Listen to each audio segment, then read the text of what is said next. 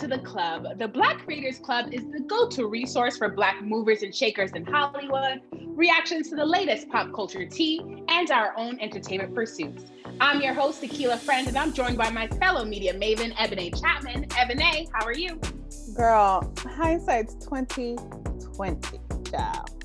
You ain't never lied. And you know what? For today, we're doing a whole year in review because guess what? Like the multitude of celebrity-ish baby mamas spilling their souls this holiday season, we also are not through. We are not through. Okay.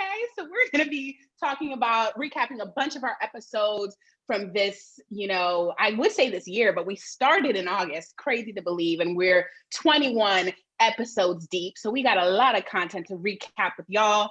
And you know what? We're also going to do our typical Maven to Maven check-in where we share about what's been going on with each of us this past week before playing a game. Usually we keep these games when we have a guest on, but you know what? It's the end of the year. We're talking 2020 vision, and we got a special game to showcase that with you guys before going into our BCC Spotlight, our Black Excellence highlights, and then recapping with our Gotta Be Entertained section where we share a bunch of recs of TV, film, etc. that you guys need to get into. So, let's get started. You need to get into it. So let's go ahead with our year in review because we are not through. We are not finished. We got so much to say. And I want to start. We can go nitpick at different episodes. One episode that I want to chat about first is episode 3. If you haven't seen it yet, feel free to watch it, stream it, go on YouTube afterwards. Feel free, honey. Feel free. Feel free because it is free for your enjoyment. Get it while it's got. While the getting's good, in a sense.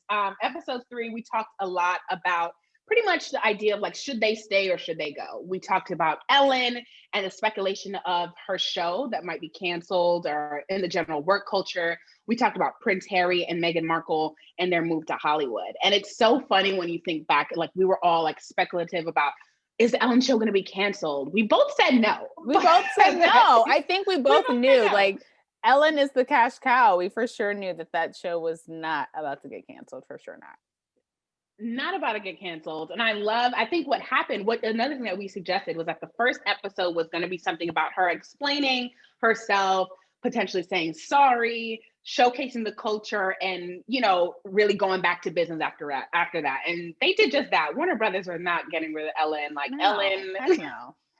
Ellen is, yeah. And to this day, we'll never know. The fact that there are a lot of folks who came out and said something, who knows? But from what we see at Ellen as the consumers, it's kind of more like it's such a feel-good show, a feel-good type of content. It's hard to say that she was not going to rise above all of this. So, and she did. Okay. You know who else did rise above was Prince Harry and Meghan Markle. We also talked about the fact that they were really like leaving the kingdom, leaving the castle, all of that kind of thing, and whether or not they really should stay a part of the royal family or not. Like, what do you think about this? I know especially with folks who are watching The Crown, we're kind of all like, oh my gosh, now I really believe that she should have left and I'm glad they did, et cetera, et cetera. But what's your thoughts on the fact that Prince Harry and Meghan Markle left?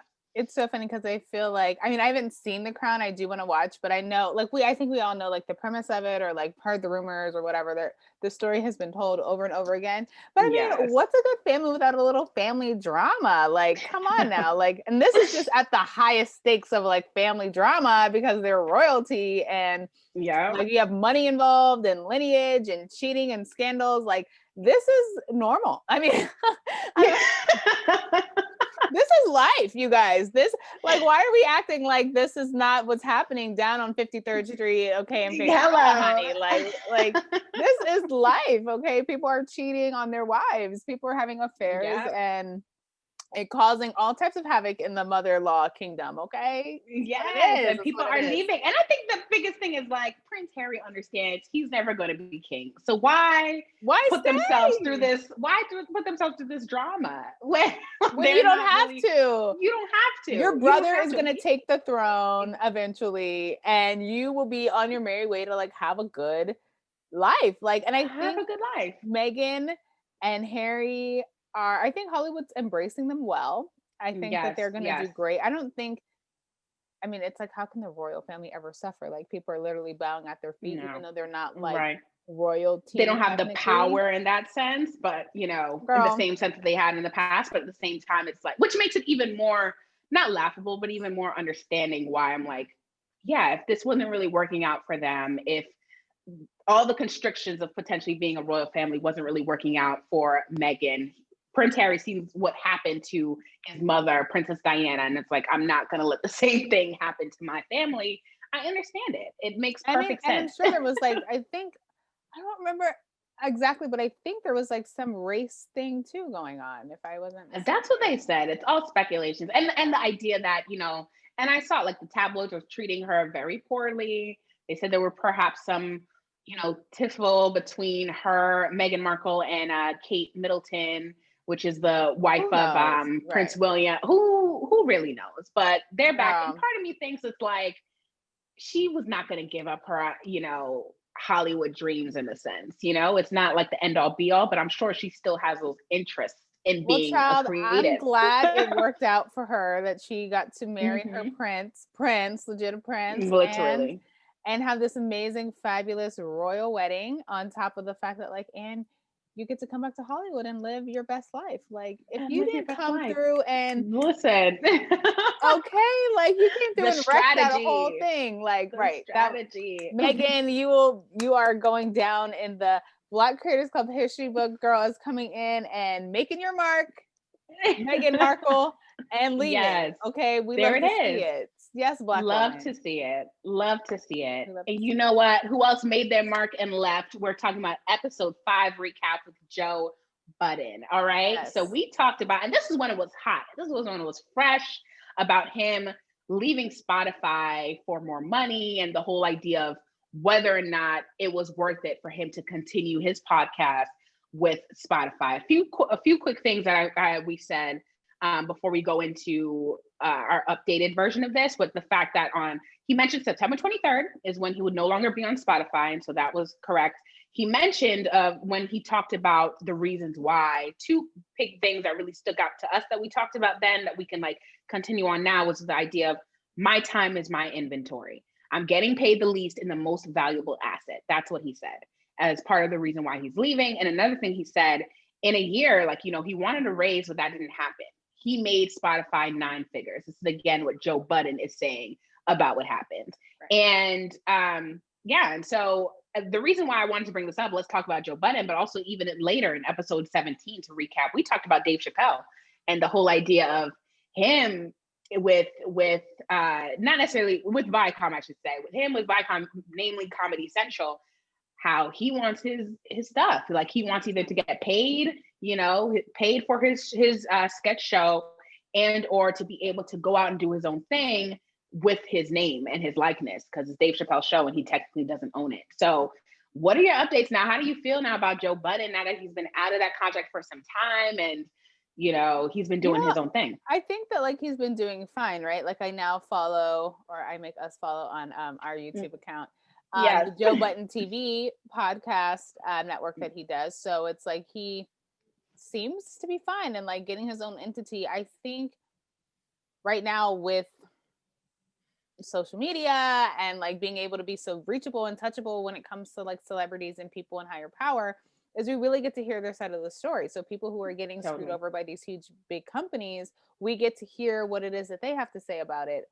And it kind of gives us a good lesson, in a sense, kind of like a quick course on what it means to have ownership, right? Which is something they don't teach us. They never teach us what ownership looks like, what it should look, how it should be, how you acquire it. And so now we kind of get to hear that firsthand from people who've gotten screwed over and kind of paved the way in that sense. And I think are still trying to recover from that. And it's not even that they got screwed over and that was behind the music that happened 20 years ago. Let's make a VH1 special about it. No, they're still trying to recover to this day. And even the people that happened 20 years ago, I feel you still have to recover sometimes, because sometimes you don't bounce back, right? There's so many one-hit wonders and people that you see, you're like, wow, whatever happened to this person? Whatever happened to this actor, this singer, this whatever?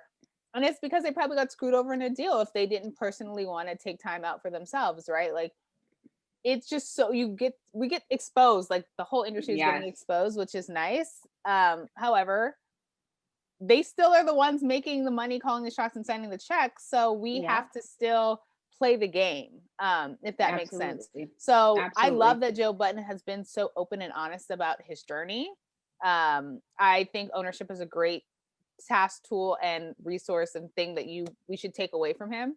So I'm all here for it. Okay, round of applause for Joe Budden and him getting his entire life together, honey. Everything together. And this is the thing too, kind of what you mentioned at the beginning. It's not like we're gonna know the ins and outs. Like, this is his business, this is what he's doing, his career in real time. So it's one of those things that we may not know exactly the next move that he's making in order to make sure ownership is key. Like you mentioned, the YouTube video is or the YouTube series is one of potentially many things that he's working on or doing. But it's just a way to bring thought to the fact that, yes, it may not be something tangible in a sense, but his voice, the fact that he says that that's his greatest asset. For other folks like us who may be doing podcasts or doing our own thing or using our voice, our ideas in that sense, like, there is power behind that too. And that's power that other people want to control. And it's up to you to say, no bueno. It's not 100%. Happening. He gets the award of entrepreneurship of teacher. So we appreciate you, Joe. Thank you.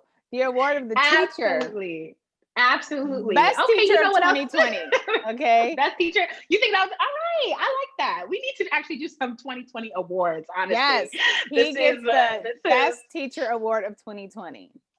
So, all right, let's be messy for a real hot second then. Tell me what kind of award Summer Walker and London on the Track is gonna get.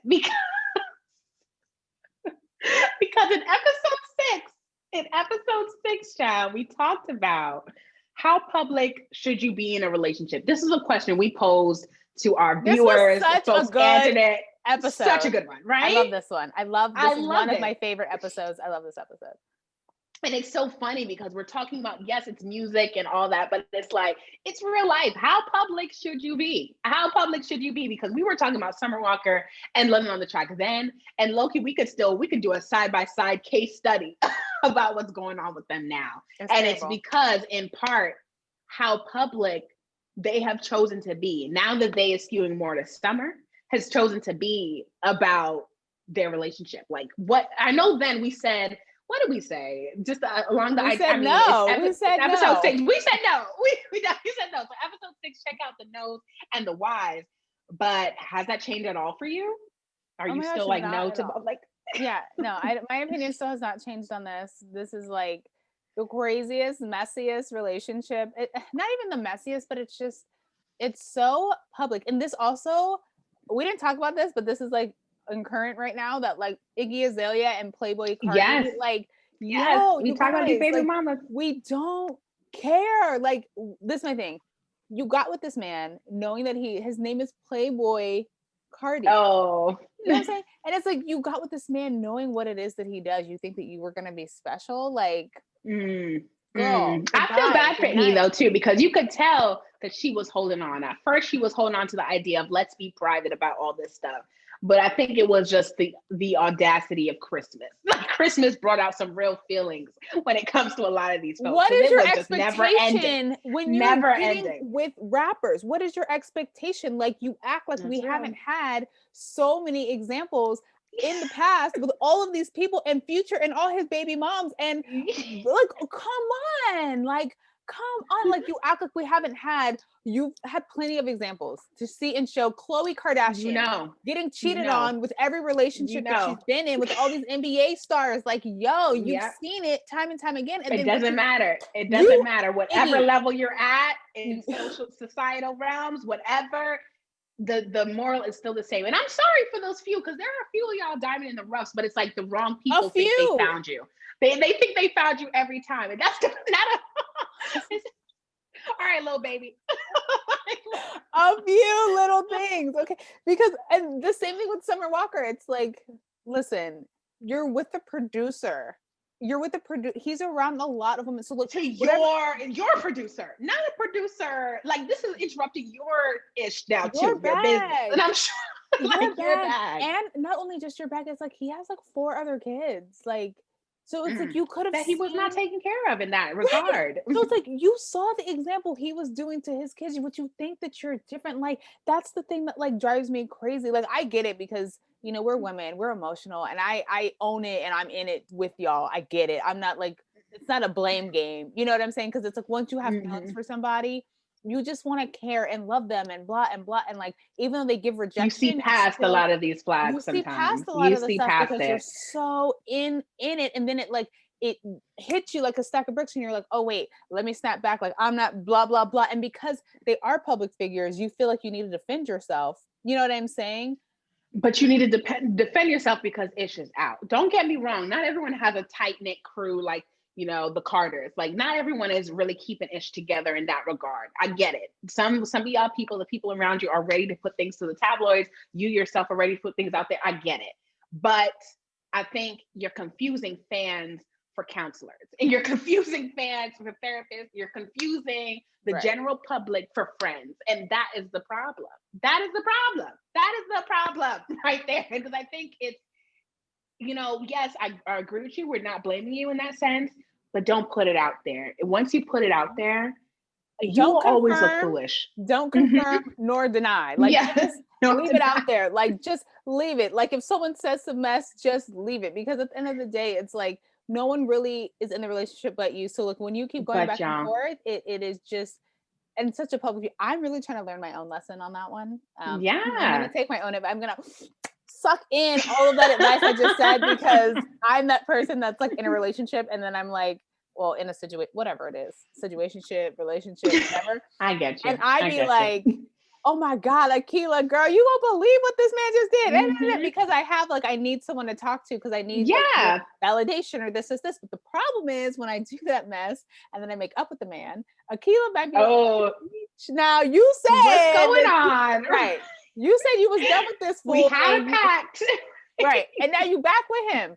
So it's like, I'm going to suck in my own advice in 2021. Okay. Because that is I'm really trying to work on just not being so talkative. I talk so much and I forget sometimes how much I talk. And then I'll be like, I'm feeling this way right now. And whoever's in front of me, whatever friend I'm talking to, it's like, I need to release this because I'm so irritated, annoyed. And I can't talk to him right now because we're mad at each other or I'm irritated with him or he's mad at me. But you see, I'm sorry, that's a completely different level. And I'm glad you're working on that, but that's a completely different level besides your friend being Instagram. You know what I mean? No, and granted, totally. We as the people, we love to hear it and we understand it, but I think, and perhaps the indicator, who do you have? Do you have friends that you can talk to that you feel like you can? But if you feel like you can trust the internet, I'm sure there's somebody else in your life that you feel like you can engage with on this level and they would understand, you know? So I don't get it. It's just I don't get it. Scale. I was just saying, we're trying to relate in the smaller scale. Yeah. I don't have a public, we're not public figures yet. Right. So it's there's my little crew, but it taints the opinion of your relationship when you involve other people. That's all I was saying. Absolutely. But I would give the award to the messiest relationship in 2020 to Summer Walker and London on the track. Yeah. No, at first I was like, I think Yaya got it. Yaya Mayweather got it. because So what award are you giving Summer Walker and London? What would I name? Okay. That's this is most verified, unverified relationship in the sense of you're verified in the public, you got the blue checks, but nobody is checking for this relationship. And this is what's happening. That's what's happening. It's nobody's checking for this. So the checks, no check. You said what? Blue checks, no checks. There it is. That's the award. There it is. Mic drop. And I think for that, and I think it's funny, we just kind of double down on our stance on the fact that we're not public about relationships. So we could very well be married now. Girl, that's what I'm saying. Let us be married. Don't let me pop up with the ring, girl. There's been so many engagements on my timeline this year. It's this week. I just can't. Anyways, but it's so funny talking about relationships and being public, okay? Because I feel like we've talked about being quarantine bait up. We've talked about this before in episode 3, I believe. And I know not to go back to episode 3, but we was talking about this. And it's so funny because recently one of my friends that I think I had mentioned like had a girlfriend and kind of put me on curfew to be like, we can't talk this. And Oh, yes, like, yes. okay, fine. Like I will like, I have no problem like respecting someone's relationship. Like that for me is never, if you know me, you know that that's not a problem. I will back all the way up, honey, and just wait for you to call me because I'm not pressed. Why I gotta be pressed for? Right. And so, girl, all of a sudden, this person is now back in my DMs, not heavy, but just like commenting on things and liking pics and just like random things that I've seen that I'm kind of like, you haven't been doing that for the past like 4 or 5 months. Like, okay, like what's happening? And so I go and I check the gram. All the pictures are deleted, girl. All the pictures, the tag photos. Typical. But see, and that's the thing. They were going so hard with the quarantine bae. Like, I'm gonna post something and repost what you posted of me, tag me, post, repost. And like every time I was on the gram and I looked at this person's story, it was like all over everything. And it was like, yo, enough. Like, we get it, we see it, we love it for you. But like, chill the hell out. Like, and so now how dumb you look that your whole Instagram is swiped and wiped, honey, because you act like people don't notice. Swiped like, and wiped, not swiped and wiped. Listen, and that's the thing. It's a fleeting subject because that's the thing. I appreciate what I would appreciate about Summer Walker. What I appreciate about these situations, what I appreciate about people being public is that they are truly live in the moment type folks. They are like, they live in the moment, they're embracing the moment. Me, I'm already thinking like, okay, probably when we're married or something, like I need a little more commitment to showcase like we're in this for the long haul. Because I know we could post and delete all year, and then I'm looking crazy. Crazy. Listen, I need to be in it with you for a year and a half before I post you on my mess. Before you're posting, right? That's on period. That's on period. Sorry, that's it. Show me some commitment, honey. Okay. before all of this, but that was such a good topic. That was really a great episode. Episode 6, that was a good one. But we also talked about, I'll bring up episode 7 real quick. We talked about the Emmys. We talked about the Emmys, walked over, like, do you agree with the wins? Any anticipated Emmy wins for next year? Probably we can talk about that too. I know, just to recap for those who may not have seen it or may have forgotten who won the Emmys, it was really a Schitt's Creek show. Like literally, it was literally Schitt's Creek. 15 nominations. They won 9 awards. We also had a few Succession wins, which is an HBO show. They got 4 wins. And Watchmen, which was, I think Regina King in it, things of that nature, on HBO as well, got a few nods. There was also a lot of Black Lives Matter updates, things of that nature. And, we covered it all. I love that episode because we got dressed up for it. We made it a whole moment, that's more what I loved about it. Now, the experience of that episode was what was so much fun, because I think it was like kind of low-key last minute, which we always seem to do. Yes. But like I've mentioned a million times, Akilah and I always have these grandiose visions and ideas, which is why we love each other so much, because nothing is a crazy idea. If we're like, okay, we want to do this, let's figure it out. So I was like, Akilah, let me come over. Let's do a whole moment. Like, so she went and got like streamers, like gold streamers for our background. We dressed up. We did like our first like Instagram reel, because it was like right around the time it was like new. Literally when it finally was new. Exactly. Yeah. And like we were like, okay, well, what outfits are we choosing? So now we're playing around with the reels. We like watched the Emmys together, which is so fun. We had champagne, popcorn. Like we set it up so fun. And I think that like the Emmys, covering the Emmys was fun, but like the experience of what we did was so much fun. And I think so much fun. That continues to like push me to be like, this is exactly what it is that we want to be doing and need to be doing, because it just felt so like fun and like such an exciting experience. And then we got to talk about it. Like it was just so fun. Like, yeah, Akilah. It was amazing. It was amazing. And so that's now what's going to be a tradition now for us. Like we probably got to do the same thing for the Oscars. When the Oscars are usually in February, we got to do that. The Grammys in January. So now these major award shows I like, because it's not going to seem so, okay, let's watch the award show, have it playing in the background, or we're doing other stuff, maybe connect about it later. But it's like, no, now it's becoming our awards type show too. Yeah. Wewe're going to the Emmys. We're going to the Emmys. We're going to the Grammys. We are just practicing for our future endeavors anyway. Yes. That's how I feel about it. That's it. So that was awesome to do it. And if you guys watched it, I'm sure y'all enjoyed it too. If not, Who knows? I mean, anticipated Emmy wins for next year. I think it's too early to tell. There's a lot of shows that we all watch, some shows that we just kind of like. 2020 seems like forever and a day. So we need to get the full list.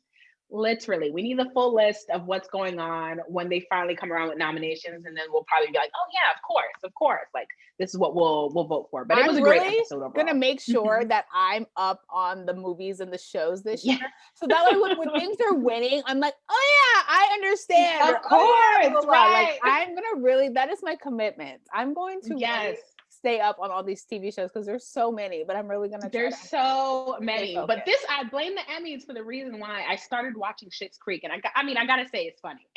It is funny. Okay. I don't know about 9 nominations or 9 wins funny, but it was so far. This is only season 1, and I'm like, I get it. I get why a lot of folks were into it. Okay, so that was a good one. Another thing that we discussed, let's go to episode 8, y'all. We talked about cancel culture.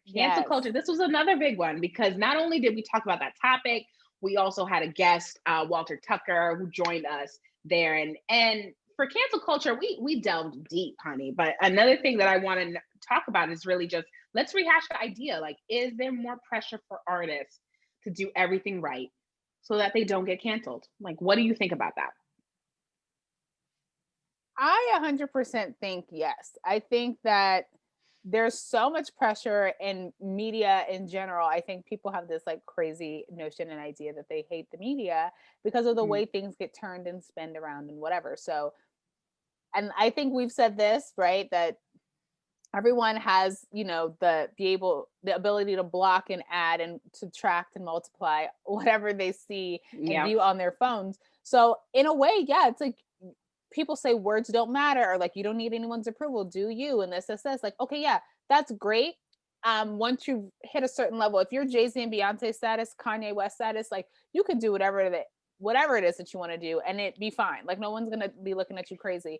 But people who are people are gonna look at you crazy. I was gonna say it's probably even more so for them in a sense. People are gonna look at you crazy, but I'm saying it's not necessarily going to affect your bag that much. Like I hope again, I'm speaking in general terms. Again, if you're leaving, you did something egregious or right, but if you're criminal, spending above your means, and then all of a sudden nobody wants to listen to your shit, then maybe that might f you up. But I'm saying like in the sense of the term of like where Kanye is right now, right, where Jay-Z and Beyonce are right now, it's like they do not have to work again in their lives if they really did not want to. So like for them, doing whatever it is that they please and choose to isn't an issue. Now, someone coming up in the business, that's a problem. Someone in the middle of their career, that's kind of like, okay, we know you, but like if we could also forget, but we can also replace you, right? Exactly. So it's like those types of things. Yeah, you do want to be on your P's and Q's because people are very sensitive these days. People are very up in arms when it comes to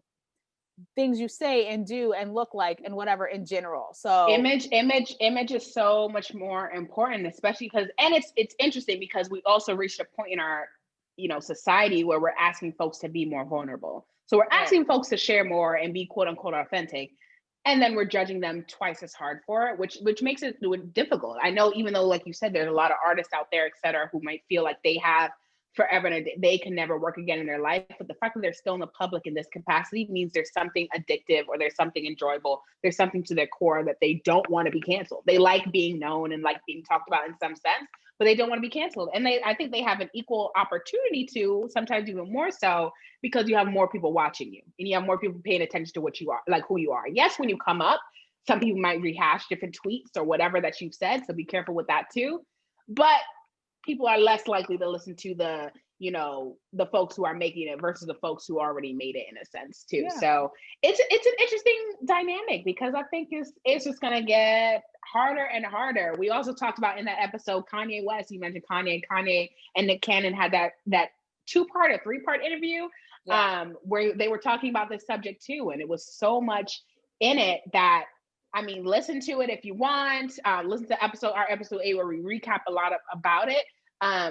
But it's interesting too, because I remember in that episode, we brought up the idea of like, do we need to even revere these people the same? Like people are still getting offended in that same level of what Kanye says or doesn't say. And it's like, do we still need to care that much? That's my thing. It's like, right. Who cares? Because at the end of the day, as parents or as teachers and leaders, it's like you can't expect people who are in the media to then also lead and raise your children. Like if you don't want them to be listening to like rap songs with like cuss words and like this, then like maybe you should block that. At the end of the day, they're gonna hear it somewhere else. So you at least let them hear it in your home, or at least know what it is that they're in tune to. I don't believe in like doing all those parental controls, right? But I do feel like it's important for you to say something if, as a parent, to like guard your children or at least teach them as much as you can. You get what I'm saying? But you can't look at people who are on TV and then be like, well, we're mad that you said this, or you did this. It's like,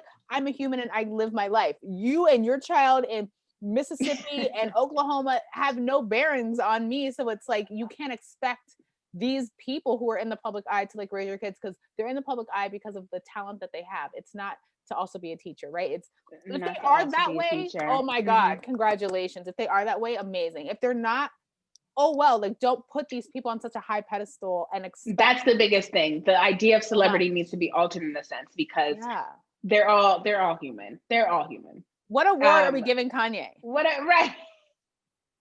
Kanye. Just thank God you made it. Thank God you made it. Jesus still walks, okay? You made it through. You made it through 2020 in basically one piece. And all right, we're giving him the Jesus Walks Award. I love that. I love that. There it is. It's a good one. That's a good one. Right. Episode 9. Let's chat about that. That one was a lot about the main thing we talked about. We were talking about everything. We mentioned like, he ain't broke, sis. You just don't turn him on financially. I remember that meme, and we kind of went into that and talking about the idea of men doing the most for their girlfriends, celebrity rappers, etc., doing the most for their girlfriends, and girlfriends do the same when it comes to tricking on each other or buying each other gifts, whatever else. We talked about Ari Fletcher and Moneybagg Yo, G Herbo and Tiana, Jordan Woods and Carl Anthony Towns, et cetera.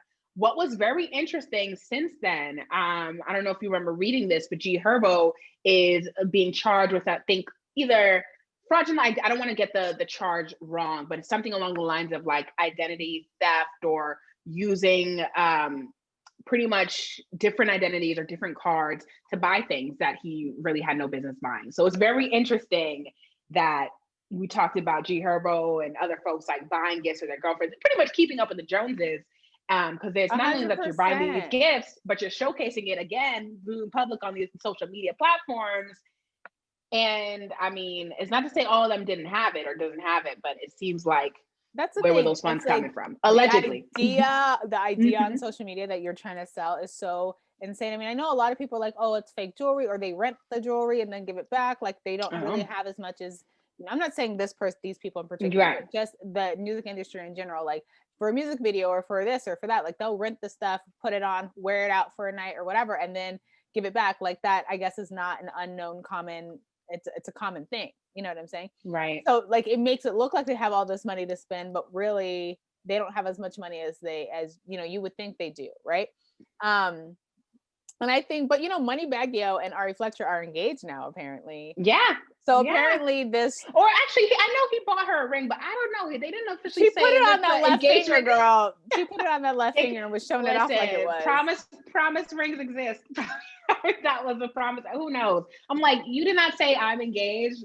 That's a promise ring. He did not get on bended knee. I don't know. But then it's like, then that drives me even more insane, because I'm like, why even show it off like that? Like, why make it look like something that it's not, when people are going to speculate? But I think it's just like a millennial, like fun young thing to do, to be like, I'm young. Like Ari Fletcher, she's like our age. She's like 24, 25, whatever. It's crazy. So it's like, it's like, oh, I'm around all this money. My man has, and she gave him like racks on racks on racks. Like, I don't know how much money. Right. They're doing it for each other. They are doing it for each other. So it's this idea to be like, look what I have, look what I can give, look what he bought me. Like, I'm so special, showing it off. So even if it's not an engagement ring, it's to show it off, to make it look like it is, so that it's like people can talk. You know what I'm saying? Absolutely. I feel like at that point you want people to talk and give into what it is that, you're trying to sell. I think that's the biggest thing. They want people to talk, because again, I'm like, I just think about if I was in their situations, yes, you let's be satisfied where you are, but if you're trying to get to the next level, look at what the next level is doing. Like, do you see Beyonce in their regard? Do you see a Beyonce and Jay-Z, who's even a, perhaps step below in a sense, and I put that in quotes, like from them. Yeah, money wise from them, but still in the rap game, still in that whole music game.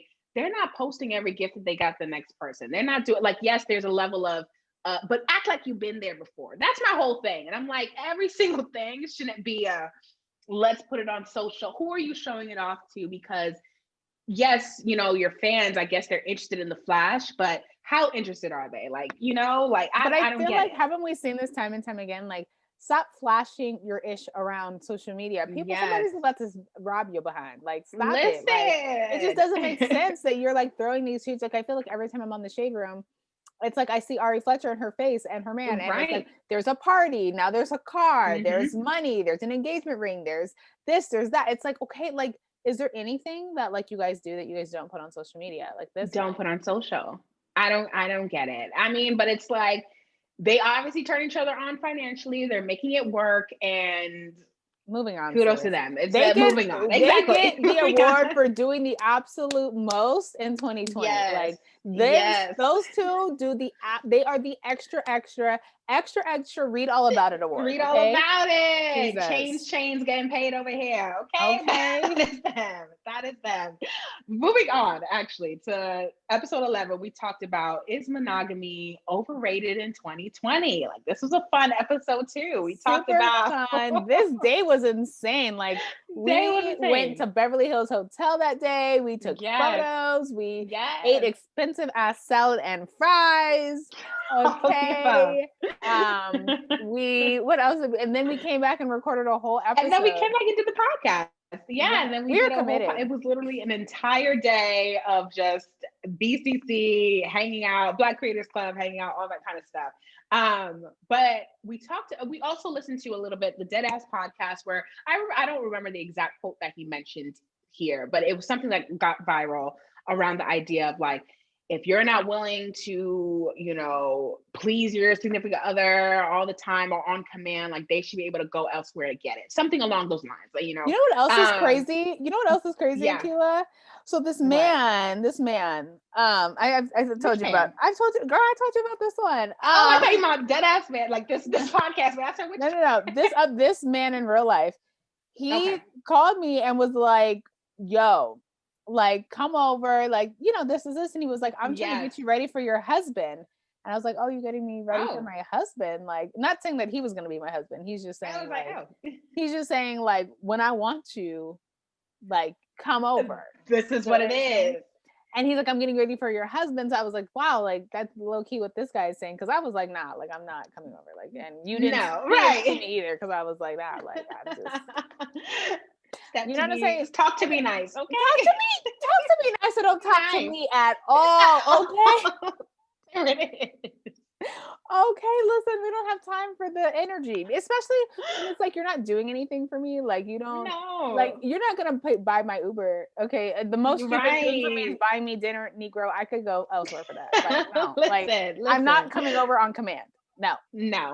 No. So maybe if I liked you, but I just thought that was like funny, because that's low key how guys really think. Like, what's going on here? Right. That's how guys really be like, yeah, like, if I'm calling you and I want you, whether you're in the mood or not, like, I want you now. And if you don't, then, like, I might chill out this time or maybe the next time, but the time and time after that, I might find somebody else. You know what I'm saying? And I'm like, it's giving me uninterested. And I'm like, no, that idea for me is really taxing and definitely unattractive. But now this is just from the podcast and my own experience of what I've heard, right? That's two men.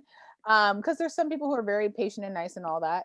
But it's like, if that's what guys really think, it's like, wow, like, where's the consideration in the relationship? Where is the consideration? Do you not think I have a life, that I have things to do, that I, So whenever you're ready to jump, you want me to say how high? Like, what about when I'm ready and you're not? What if I want you to come over and you're busy? All of a sudden it's like, well, I'm busy, I'm making this money, like this. So it's like, I don't feel like there's always a balance. So even though men will say, like, yeah, like, you need to please me because otherwise I'll go somewhere else. It's like, okay, maybe we're not going to go somewhere else, but at the same time, where's the consideration? And I think that's where's the consideration? And why should I be coming out of fear that if I don't, you'll be somewhere else? Like, that's not, it shouldn't be that kind of ultimatum that's put in place. Like, absolutely not. And so with that, it was more so the idea, because I know his wife was kind of like, I mean, if you need to go in a sense. I forget exactly, again, I don't want to misinterpret them, but it was something along those lines.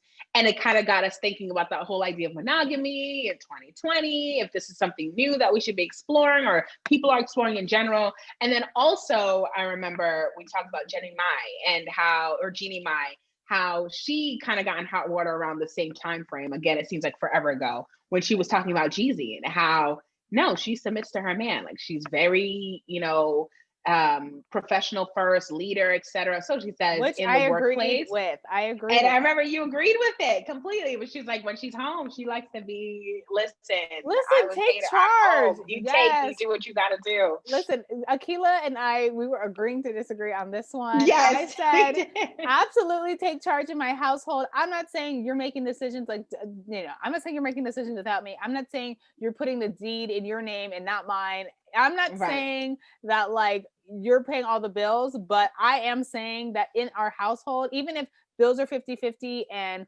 whatever, but I want my man to be the griller, the fixer, the taking the trash out. Mm-hmm. I want him to be the leader in the household. Like, okay, babe, like, here's the plan. This is what we're doing. This is blah, blah, blah. Like, I want him to lead us and lead our family 110%. Like, I will, babe, what do you need? Like, okay, you want me to cook dinner tonight? I got you. You want me to do this? Like, I got you. Like, I'm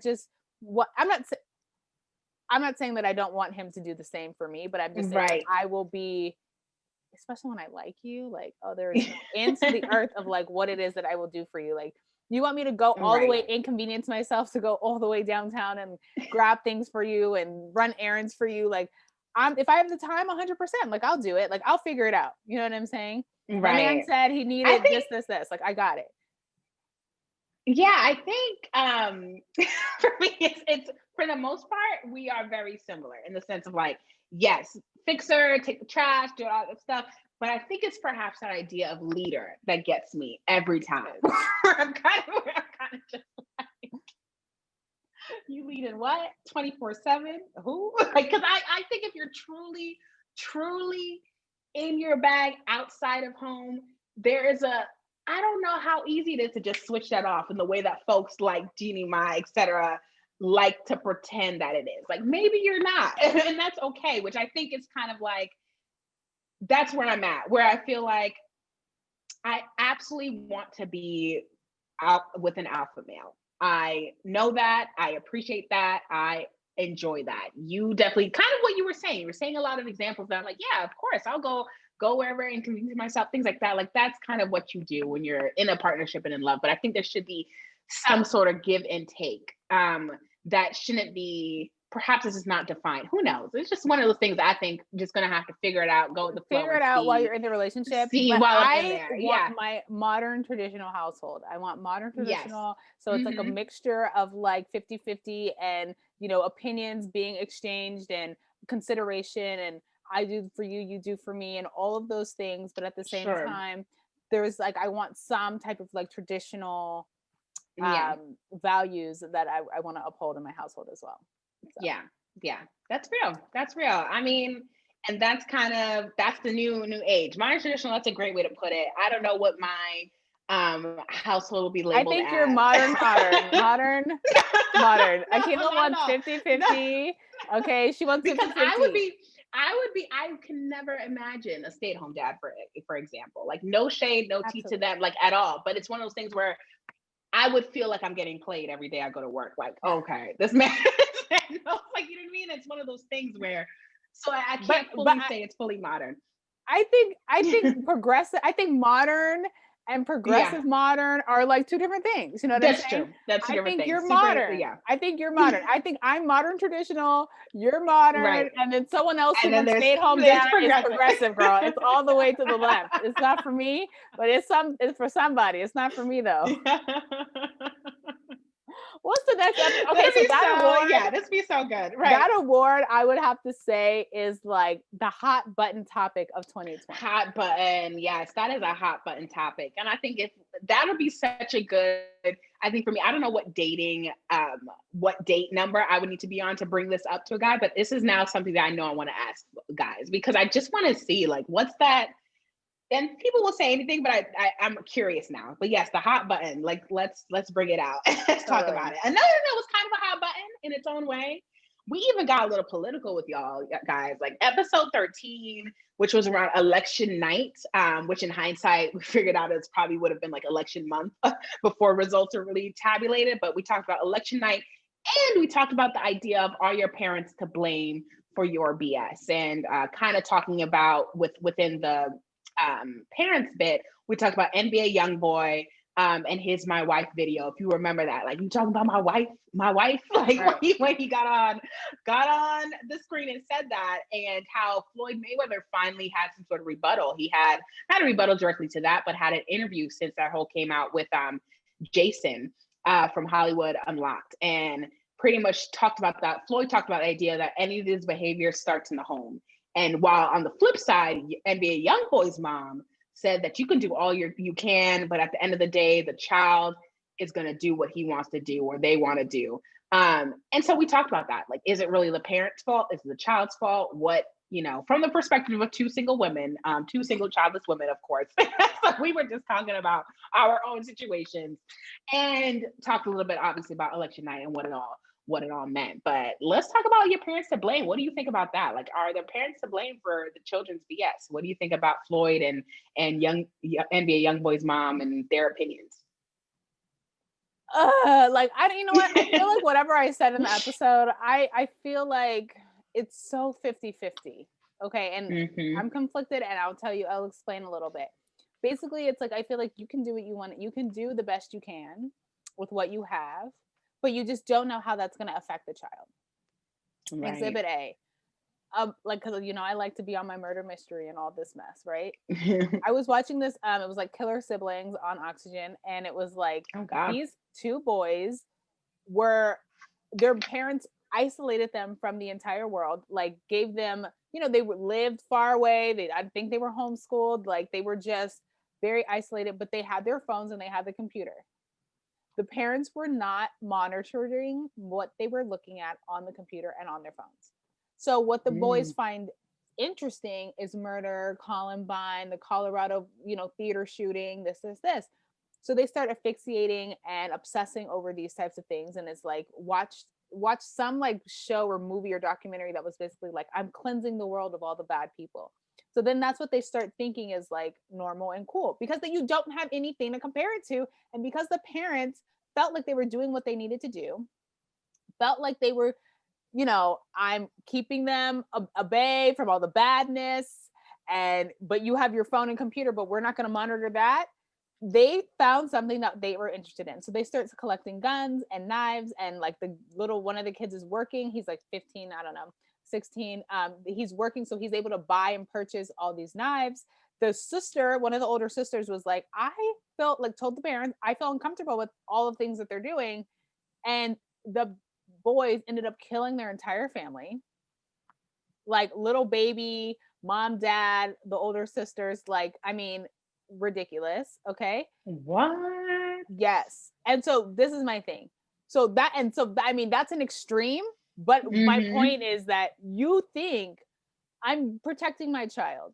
Yeah. I'm doing the best that I can. I'm not foreseeing anything in the future of my actions affecting my child, right? So the Absolutely parents keeping them away and not monitoring what they were doing, they had no idea that what the boys were doing in the room. You get what I'm saying?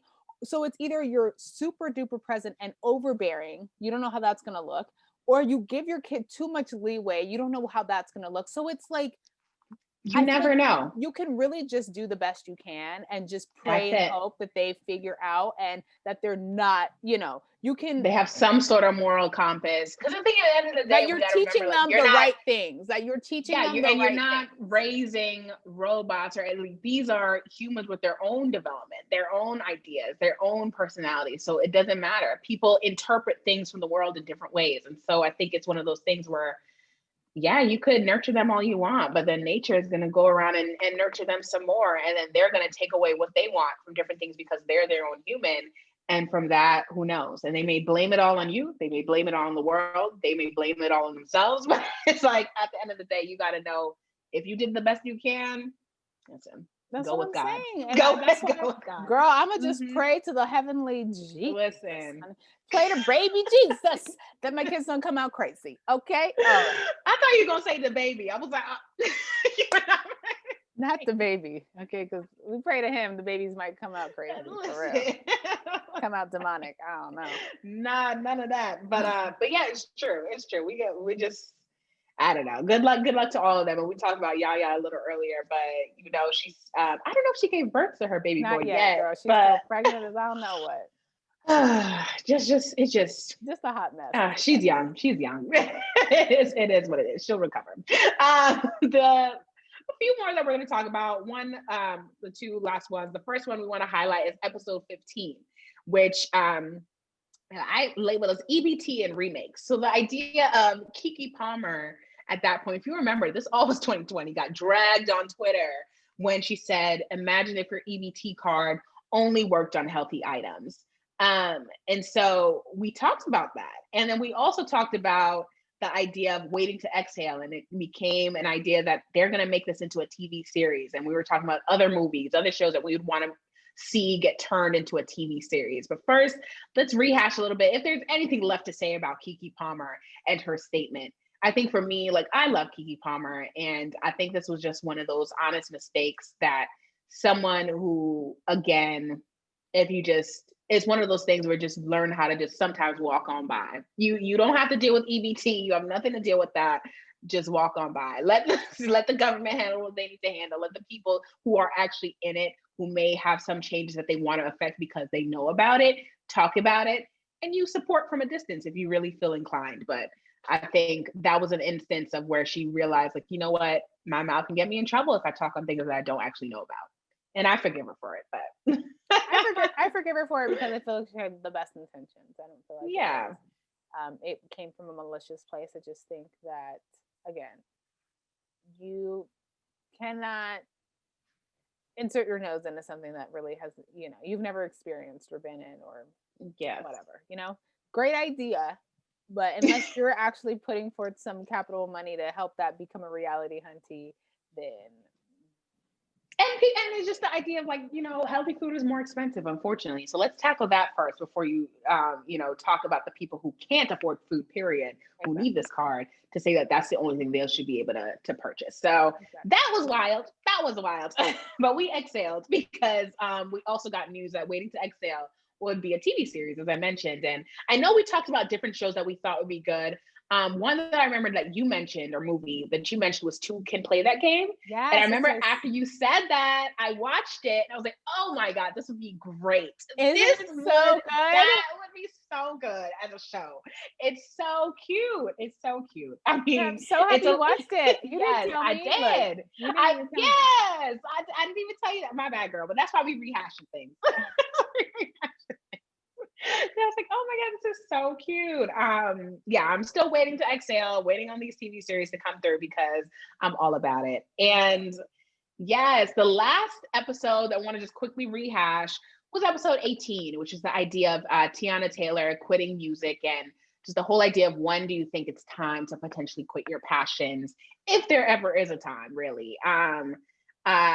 We talked about Tiana, and just general ideas about that. If there's anything more you want to say about that, I just wanted to, I think that she's, I think it's relative. I don't think she's going to quit. I mean, you can't ever really quit something you love. I think she's still going to be in the studio recording, and it may not be published for the people, but it might, it's something, it's like her creative outlet. I can't see her just never doing it again. I think, maybe just not being with a label. Maybe she'll write it out until her contract's up, or whatever else, and then she can take time with like raising her new baby and cute little Junie.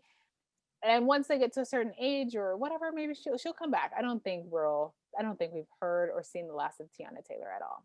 Not at all. And what's crazy, more recently, Dionne Warwick came out and said, listen, if there's ever a biopic about me, Tiana Taylor needs to play it. So it's so interesting how, and that, Dionne Warwick, amazing singer, things of that nature. So yeah, Tiana Taylor. And the great thing is that even if she says music is the last, like she doesn't want to do that anymore, there's so many other opportunities. So many other opportunities.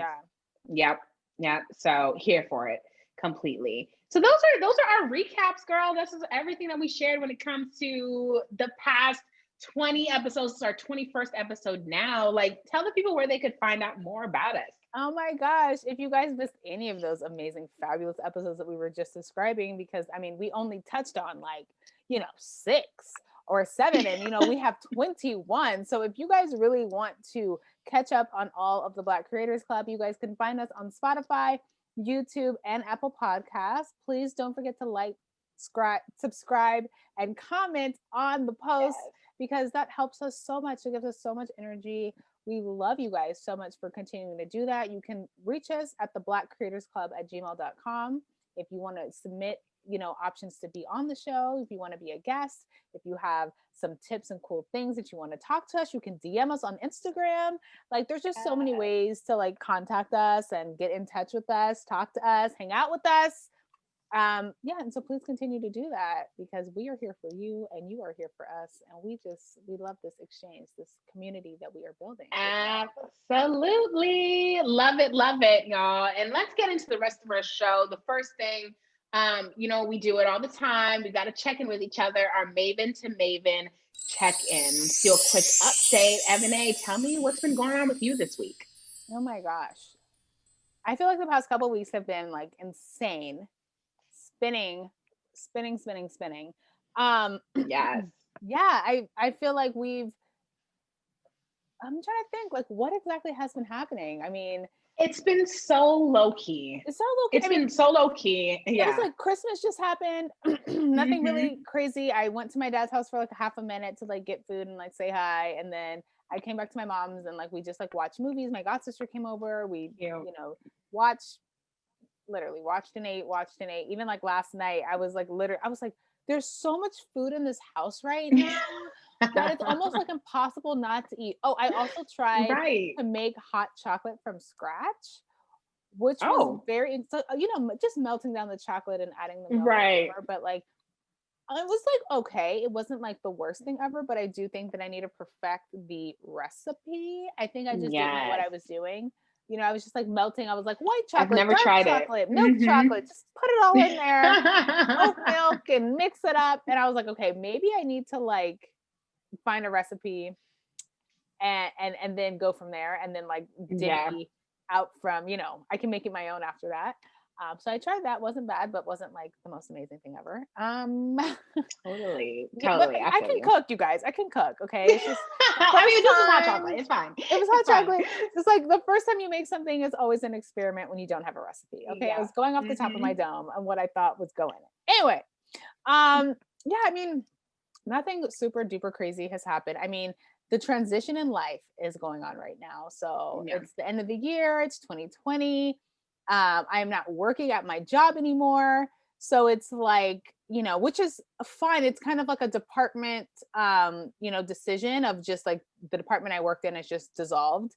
But you know what? I feel at first it was I feel like a teenager that got kicked out of their parents' house. This is crazy. Oh my goodness. But I think this was legit just the push I needed to just continue to pursue what it is that I want to do. I think that it's so easy to get stuck in what it is that you're doing right now because it's convenient and it's stable and whatever. And I'm busy, so if it's I'm working 9 to 5 and then we're doing podcasts and then I have 5 other projects that I'm doing, I don't have time to then sit and be actually let me think about what career choice I want to go into. Let me think about looking and finding a new job. It was oh no, this is just my life right now. So the fact that I've now freed up 8.5 full hours of my day during the week. Yes. It gives me so much time to really use it as reflection time and really dig deep as to like look within to be like, what it is that I want, what do I want to do, how, you know. And it's so nice because my friends keep like sending me opportunities and jobs and things that they see. So Yes. it's been such a great, like, you know, it's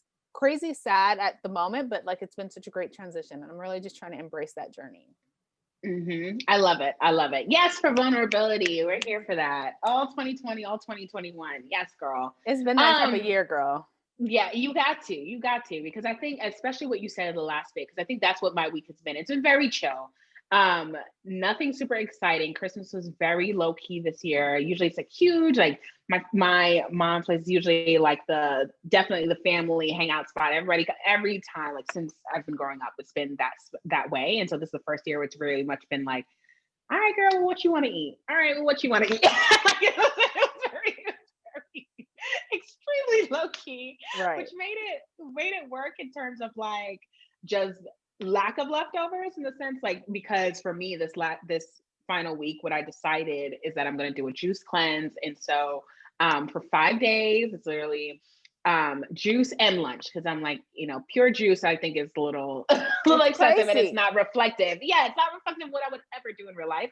So let's just at least pack in a hearty lunch in the middle. But this is only day 1, girl, and so far. Oh, you're doing it now? Oh, good luck, started. Girl. Oh, Yes. Lord. Oh, Lord. I'm going to pray for you, girl. Oh, Lord. I'm like, if this goes well, this might be something I just do as a single tradition for my wellness goals, like either every 6 months as a refresh or once a year. I still haven't decided yet. This is day 1, but that's what that happened in terms of wellness and, like, I guess physical health. But yeah, again, with you, what you're saying in terms of just like the idea of not wanting to feel stuck, not wanting to put yourself in a position, because you're never stuck, like not wanting to push yourself in a position to feel like, you know, this is the only thing I could do because this is what I've been doing. Like, if this is a dream, how do we make that a professional reality? And so it's the same thing, what I've been thinking through and saying, like, all right, well, what do I want 2021 to realize or to look like? Because the years will go by, the time will go by. Like, yes, 2020 seems like forever and a day, but we had a lot of time this year as well. And so I feel like we both have been building on the fact and taking advantage of this, I quote, air quote, free time. Yes. Downtime to kind of really hone in on a craft and build on it. So I'm proud of both of us. Make it happen. Exactly. Yes, girls. I mean, so that's been the week, and I like how simple it is, but very still, I guess, in a sense, mentally not draining, but just mentally taxing, in the sense of, no, we got a lot to think about. And I think the end of the year usually does this, but the end of the year of 2020 in this pandemic just heightens the whole feeling. So that's been it. Let's move into our game, y'all. So we have a game. It's called 2020 Vision. And really what it is it's a way for us to both reflect, but it's like, I'll be asking questions of both of us, and we'll just say our answer and a quick, if you want to delve in on it and have an example or have more stuff to say, open to it too. This is an open dialogue type of thing, but it's just called 2020 Vision. It's our way to also use this whole episode as a recap. And I mean, you guys play along with us. So if I ask a question, think about it for yourself too. Like, what's for instance, the first one, we're just going to delve right in. The first one, best TV show you've watched this year. Feel free to think about what your best TV show is, and we'll do that. So Ebony, to you, the best TV show you've watched this year, what is it? Okay, so I said Lovecraft Country. I continuously talk about this show. And so if you haven't seen it, you should definitely watch it. In fact, Jordan Peele, if you want to call me and work with me and work with us to be advocates and ambassadors for the show, we're down. Absolutely. You don't have to pull our leg. We're here for you. The other one I said was I Can See Your Voice, which is something I just discovered last night. And it's a game show where you basically have to guess to see, like, people are lip singing and you have to guess to see if they're bad singers or good singers. So like all the voices are going to technically be good. The bad singers are lip singing to good voices, and the good voices are lip singing to their own voices. Does that make sense?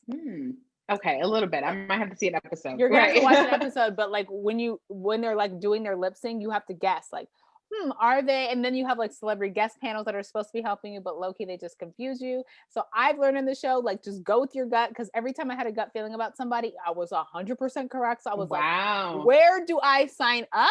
Because the girl's about to win $100,000. Okay, do it. For me, one of the best, and for two different reasons. One was Queen of the South, which I loved. It was kind of a recap. I was catching up on it. For me, I love a good gangsta flick. I love that whole, like, women lead, that whole thing. Like, I'm into it as well. And I thought this was a good, different take on it. And it was a good show to just binge, once a lot of it is out. It was great to just watch. So loved Queen of the South. Also loved the documentary Hillary. Oh my gosh. It comes on Hulu, or it's out on Hulu. It's a Hulu original. So good. And I don't even want to go to political affiliations. Doesn't matter. This is a woman who, like, literally just amazing. So I loved Hillary. You guys got to see it. The next one, best movie you've watched this year. Me? Okay. Yes. So I went with documentaries. As I was talking to Akila, I was like, girl, I don't know. Did I see any movies this year? I couldn't think of any, or even when I looked it up, I couldn't find any that I actually had seen. So I went with docs. Mine were Athlete A, and it was about the gymnast trainer who got arrested and put in jail for molesting all the girls. Yes. Oh wow. And the other one was Icarus, which was it was a Sundance award-winning documentary, and basically it was going into deep detail on how the Russians cheated in all the Olympics. And they tell you the guy he's like in witness protection right now because he did this documentary, like explaining how they're switching pee and everyone's on steroids and all this stuff. I mean, it was such a dope doc. Oh, I might need to see that. Yes, I haven't heard of it. I was like, love that kind of stuff. It was literally one day I'm just like, oh, like just watching all these. Yes. So good. Love it. And that reminds me, this wasn't on my list, but for me, I loved McMillions, which is kind of like how this guy frauded, like the whole, if you remember, like the peel and win on McDonald's, cups or whatever, you peel, you could potentially win $1 million. Yeah. It was this thing in the 90s, I think in early 2000s too, but this guy was literally. Where can we watch this? It's on HBO. It's on HBO. Okay, so mine too were on Netflix. Mine too were on Netflix. Okay. Got you. So that's one to watch. But the two that I actually thought was the best was one, Parasite. So good. It came out, I think, in 2019, but I saw it 2020 after they won the Oscars. I was like, okay, let's see what this film was all about. Korean film, subtitles, and still was so good. Akila, let me just say, I love that movie. I was not even trying to watch the movie. My manager at my job was literally like, right. Did you watch it yet? Did you watch it yet? Did you watch? Because she's like, I've watched it like 4 times. Like, have you watched it yet? And I was like, no, I haven't, not yet. And I was not trying to watch this movie. And then one day I just broke down. I was like, fine. Yo, it was so good. Great. So great good. film. I think it's probably on all platforms too. I know it was free for a while on on Hulu. It's on Apple TV. A bunch of different things you can purchase it or watch it. Marriage Story too. That's one I just want to throw out there because I thought it was so just well filmed. Like literally it was a story of pretty much a marriage destructing in front of your eyes. Scarlett Johansson is my girl. Like she started it, as with Adam Driver, who was in Girls, I think.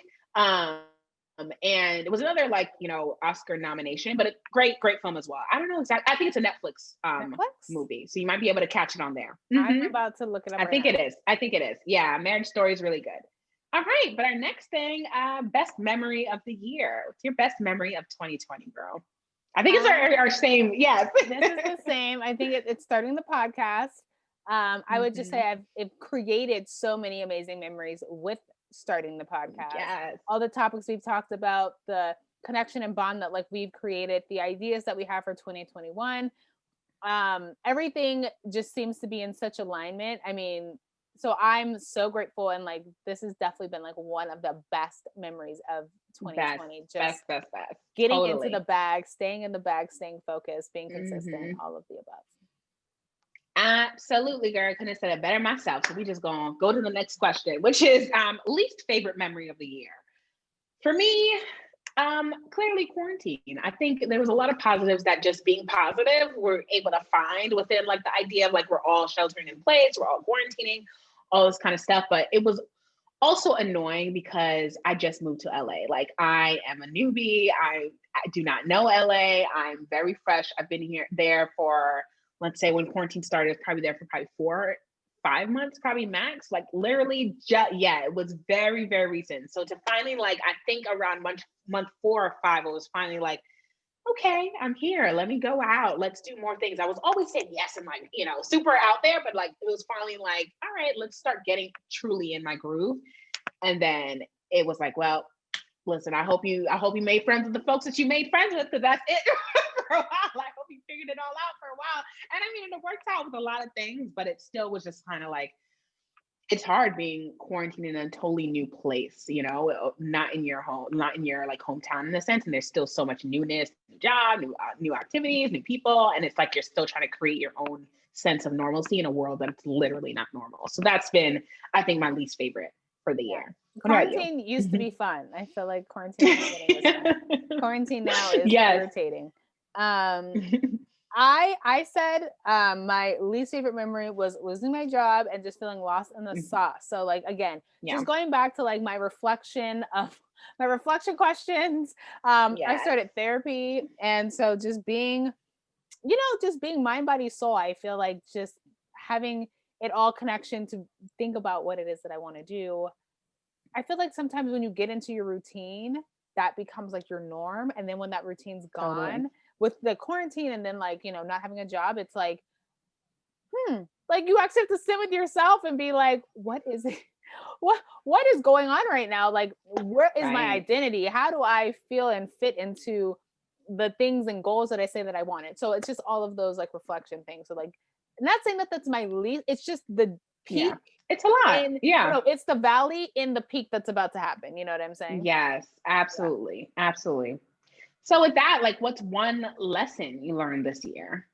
I think for me, it was the idea of consistency. Consistency is truly key. And it's such a cliche, but some things are cliches for a reason because it's so true. I think for me, it's in 2 parts. For me, I had to be consistent about consolidating, consistent about the fact that I don't need to do everything. I shouldn't do everything. I shouldn't stretch myself super thin without even recognizing it. Because a lot of times I'm just doing things because I love it. Love the ideas. I'm interested. I want to do it, but it's like, I need to really consolidate because God rewards the focus. And so I can't be doing a bunch of different things. And so for me, and then once I'm consolidating with those things, it's being consistent in the fact that no, like you are doing 2 things instead of 10 for a reason, and consistent about these 2 things that you decided on are the main things you want to do, but not even just with, career stuff, but with people that you want to hang out with, the things you want to do in life, like relationships you potentially want to pursue, like be consistent in those because it makes a difference in terms of like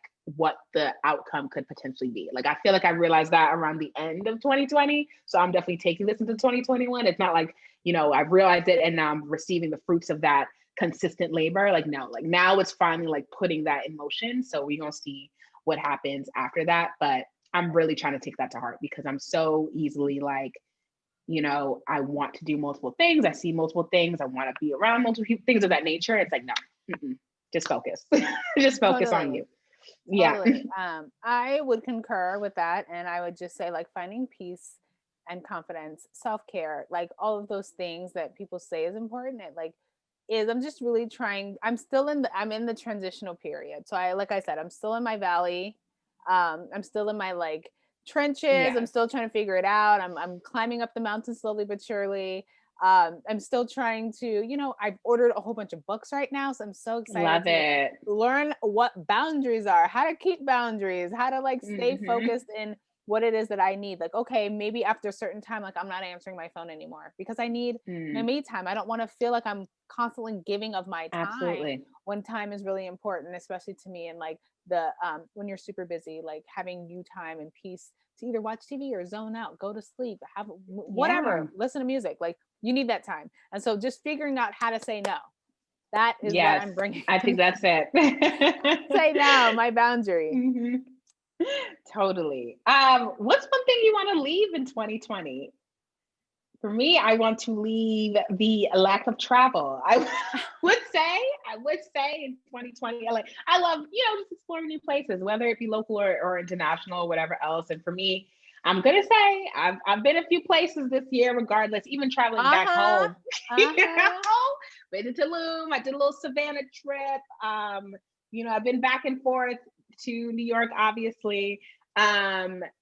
But I think just not to be able to travel freely and see the world freely. And even when I say travel, it could even be, again, like just exploring LA. Like I have not been able to truly explore it. And so just to be able to or California, I'll say at large, like to travel throughout is a thing that I feel like I can't comfortably do yet. And won't be able to comfortably do for a while. So I think that's for me. I want to leave in 2020. Like, let's get back to traveling. Yes, to travel, girl. I'm so here for that. I mean, I would love to say, and I wrote down a series of unfortunate events, but I just feel like that is wishful thinking, because 2021 is not going to be too much different than 2020. I think we still have another 6 months, if not a little longer, of this craziness that's happening.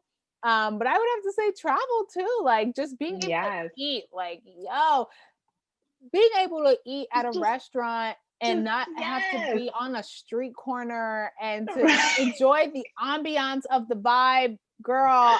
Not having that, to go to a day party. Let's just travel to a day party and actually be outside with folks. I would also like to leave the mask in 2020. Not that that's a feasible thing, but I would also I can't wear lipstick colors if we have a mask on. Okay? No. What's one thing you want to bring to 2021? Girl, I'm trying to be where the money resides, where the money resides, where the money resides, where the money resides. And that's on who? Mary had a little lamb. Okay.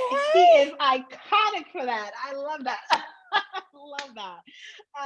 Yes. I think for me, and I do need to explain it, because I remember when we talked about it briefly before, you were like, what? But for me, I think one thing I want to bring is quarantine dating. And the reason is because I have not effectively dated in 2020. And I think knowing that this thing is not going to be over, I need to get the tools. I need to figure out because it's serious for me. Now I want to be, not in a situationship, not in a whatever. So I want to be something real. So I need to understand what quarantine dating is all about and really embrace that. Truly embrace it. The player handbook, honey child, because I have been on plenty of quarantine dates, honey. In fact, I am giving up dating in 2021. I am over it. I am getting to the bag. I do not have time for these men. They are so needy. They're calling my phone. It's so much work. I just can't. I can't keep up. I'm exhausted and tired. That was why I was never about it. But now it's no. I'm gonna hand it over to you. I'm done. I'm out the game. I'm deleting the app. I'm over it. I'm done. You're deleting the app. I'm deleting the app. And it's not because I found love, honey. It's because I'm tired of it. That's what it is. It's so funny because before all this, I would go to the same thing through bouts. Yes, I'm all about it. And then after 4 months, I've deleted it all, take my photos down, none of the sort. But no, girl, we're going to have to be consistent in 2021. So I'm about to, listen, I'll gladly take the handbook. I'm going to figure it out because I'm trying to be where the booze reside, okay? Give me where the husband's at. Show me where they at. Girl, and then when you find yours, make sure he has a brother, an uncle, a cousin, or a daddy, honey, because I'm here for it. Gladly. I'll let you do all the work. Right. I'll let you do all the work, honey, because I ain't got time. Don't got the time. Let's do a little bit of Black Creators Club favorites. We talked about a lot of our episodes, but what was your favorite episode of this year? For me, real quick, it was the Emmys. And for what we talked about, I think I just love the idea, this is going to be a start of a new tradition. I like the idea that we kind of took a take on something that could have been very bland, hey, these are the nominees, these are the winners. We kind of made it our own. Don't we always? Yeah, don't we always? Literally. And I love that. I love that we dressed up, made it our own, made it extra in a sense, but really made it enjoyable for everyone. Even if you didn't want to watch the Emmys, I'm sure you enjoyed watching the episode. And if you didn't, episode 7, catch it. Okay. What about you? I liked episode 11. Is monogamy overrated in 2020? I thought it was just a hot button topic. It was funny. We had a lot of opinions. We talked about Slim Thug. We talked about just, a whole bunch of items in dating. And I feel like dating is always a great topic because we could go on and on and on and on and on about it because everyone has their own experiences. That episode was really fun. Great topic. Super fun. Totally. And then two more for you. First one is favorite interview of this year. So again, even though we just started in August, we had the opportunity to interview 4 amazing and distinct guests. Just real quick, the independent artists, we interviewed Jasmine Jordan and Keithian. We interviewed Walter Tucker when it comes to the music biz and cancel culture. We interviewed Tiana Whitson just last episode 20, on Black storytelling from a director's perspective, and got a shout out Allison Davis, who we interviewed, was our first interview when we interviewed her on succeeding as a TV writer. So thank you to all those folks who really took a chance. Really, you didn't know about this podcast that much yet. You just knew about what we wanted to do and you jumped for it. And, people loved you for that. But we got some favorites. What do you think if you had to pick, because they all were great, but your favorite interview of this year?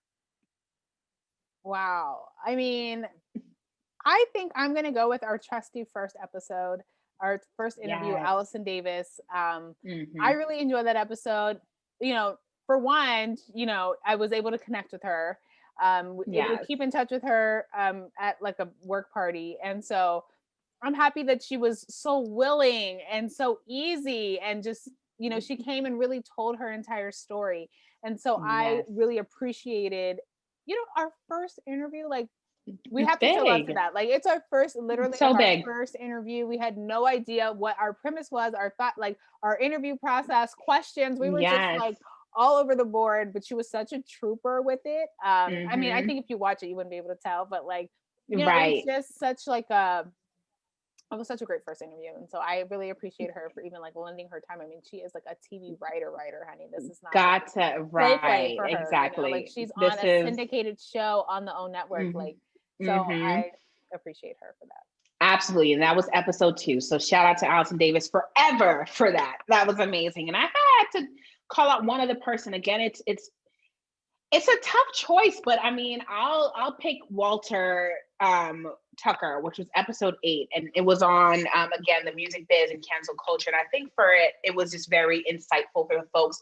Again, part of the reason that we do this is we want to showcase like what does it mean to be in these spaces, but also be helpful for folks who are aspiring in the creatives, Black folks aspiring, in the music, TV, and film spaces. And I think his perspective from the business side of music and, his identity when it comes to independent relations and music relations and all that. And we talked about a hot button topic, cancel culture too, and got his take on certain things. You couldn't beat that. It was a great mix. And I really enjoyed that. And I think a lot of folks who end up listening enjoyed it too. So we like that we were able to just give some value to people who listen to us. So those are 2, but like I said, there's a ton of other ones that you can listen to, and we got a ton more in store for you in the new year for sure. The last one that I want to talk about is Black Creators Club. What is one goal that you think we should have for next year? Yes, well, obviously, I think you said it best. Consistency is key. So we'll definitely take that into the new year. But I also want to grow with our viewership. I think connecting with our community, making it bigger, letting it grow, letting people hear us, making noise, coming with a new perspective, all of the above for me. All of the above. There we go. And I mean, kind of going off that, I'm glad that we're on the same page. It's really just fine-tuning our craft. I really want to make sure, in the year, we got a consistent format, a consistent craft going on, and just showcasing that when you come and you hear the Black Creators Club, when you come in to listen to an episode, you know exactly what you're getting day or week in and week out. And we're going to make sure that we do that for you guys. So this is great. This was the warm up, but this was great. And so ready for season 2 in the next year. Yes. And that's the game. It was amazing just recapping. Let's, quickly wrap up with the last few things that we want to share. The first thing is Black Excellence Highlights. Let's talk about some things going on in our BCC Spotlight. Black on black, my thoughts so black, I'm black, my skin is so black, I'm rocking that black on black is black. I just want to shout out Jamie Foxx for the multi-hyphenate that he is. You know, he is the voice or one of the voices within Disney Pixar's movie Soul. And it's a movie that premiered on Christmas Day, December 25th on Disney Plus. He is also the first Black lead when it comes to Pixar, when it comes to this. And isn't that incredible? Like the first Black lead is for this movie called Soul. And I'll read the logline so you know what it's all about. But if you saw the movie Inside Out, it's kind of within that same realm, which I loved Inside Out. Kids movie, but I loved it. So it's Joe is a middle school band teacher whose life hasn't quite gone the way he expected. His true passion is jazz, and he's good. But when he travels to another realm to help someone find their passion, he soon discovers what it means to have soul. And it's just a great musical. It's a great thing about just, really soul. If you think about the makers, creators, the influencers when it comes to soul, it's a lot of Black folks. And so I'm glad that Jamie Foxx was able to really play a prominent role in this. It came out on Christmas Day. So check it out on Disney Plus if you have it. Yeah. I'm sure to be a great show. So happy that, like, first of all, this is like right up my dad's alley. In fact, he called me and was like, yes, how do I watch this? Let's watch this together. My dad is a musician and was a teacher and had his own business and did math. Like he majored in math, minored in music. So this is like so my dad's. Ali, I love that Pixar and we're seeing such different Black stories. Yes. You know what I'm saying? Because this could have been easily any other race. You know what I'm saying? Yeah. Like, they could have made it whatever. But I love that they chose for him to be Black and the fact that we are telling other Black stories. And that's so important. And I love it. Yes, absolutely. Let's do Gotta Be Entertained. Yes, girl. Let's do the Gotta Be Entertained. Let's give you guys some recommendations on some things that you guys need to see. We've talked about all these shows, and you know what else is funny? We've talked about all these things, and then I was watching Wendy Williams, and her movie insider came in with everything that we've talked about already. So I was like, I know we're on the right track. On the right track. Totally. Of everything. So Sylvie's Love, it premiered December 23rd. It's available to watch on Amazon Prime. It stars Tessa Thompson, who we love. And how do we pronounce his name? I don't want to say it wrong. Namdi. I can't pronounce his last name, so we'll Namdi A, but he's another star. Another star, amazing actor. MC Light and Aja Naomi King, who played in How to Get Away with Murder, is also in the cast. So this is the log line. It says Sylvie has a summer romance with the saxophonist who takes a summer job at his father's record store in Harlem. My dad's from Harlem. Whoop, whoop, shout out. Yes. When they reconnect years later, they discover their feelings for each other have not faded with the years. I think this is going to be such a cute love story. It's going to be so cute. I'm ready to watch this. Mm-hmm. Right. I can't wait to watch this. One of my friends, I was talking to him and he was saying he watched it and he said it was toxic love. And I was like, oh no, not toxic love. So we're going to have to see and decide for yourselves, y'all. Comment below if you've seen it, watched it. Did you think it was toxic or sweet? That's the question. Right.